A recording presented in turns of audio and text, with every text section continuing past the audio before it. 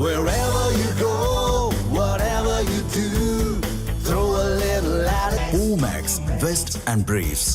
ஜம்மு காஷ்மீரில் கடந்த ஆண்டு ஏப்ரல் மாதம் 22ஆம் தேதி நிகழ்த்தப்பட்ட பஹல்காம் பயங்கரவாத தாக்குதலில் 25 சுற்றுலா பயணிகள் மற்றும் ஒரு உள்ளூர் வாசி என மொத்தம் 26 பேர் பரிதாபமாக உயிரிழந்தனர்.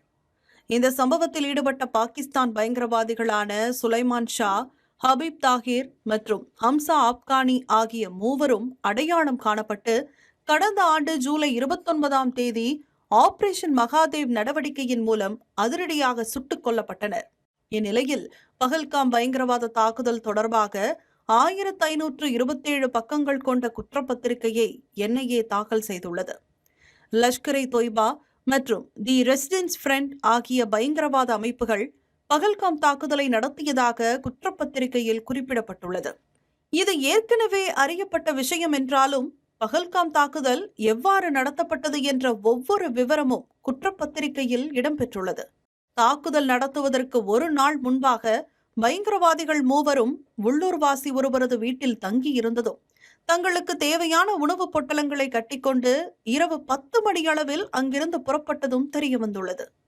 அடுத்த நாள் ஏப்ரல் 22 அன்று பைசிரன் பள்ளத்தாக்கு அருகே பயங்கரவாதிகள் சுற்றித் திரிந்ததும் தாக்குதலை தொடங்குவதற்கு முன்பு அவர்கள் ஒரு மரத்தின் கீழ் அமர்ந்து மதிய உணவு சாப்பிட்டதும் குற்றப்பத்திரிகையில் குறிப்பிடப்பட்டுள்ளது.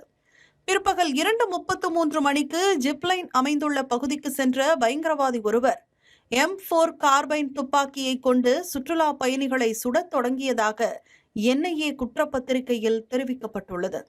சில வினாடிகளுக்கு பிறகு மற்ற 2 தீவிரவாதிகளும் தாபாக்களுக்கு அருகிலிருந்த தங்கள் நிலைகளில் இருந்தவாறு AK-47 ரக துப்பாக்கிகளை கொண்டு தாக்குதல் நடத்தியதாகவும் கூறப்பட்டுள்ளது. பயங்கரவாதிகள் மூவரும் தப்பி செல்லும் போது மரங்களுக்கு பின்னால் ஒளிந்திருந்த 3 பேரை சுட்டுக் கொன்றதும் மற்றும் ஒருவர் கலிமா ஓதியதால் அவரை அங்கிருந்து செல்ல அனுமதித்ததும் தெரியவந்துள்ளது. தாக்குதல் நடத்திய பூங்காவை விட்டு வெளியேறிய பிறகு பயங்கரவாதிகள் மூவரும் வானத்தை நோக்கி துப்பாக்கியால் சுட்டுக் கொண்டாட்டத்தில் ஈடுபட்டதும் குற்றப்பத்திரிகையில் குறிப்பிடப்பட்டுள்ளது.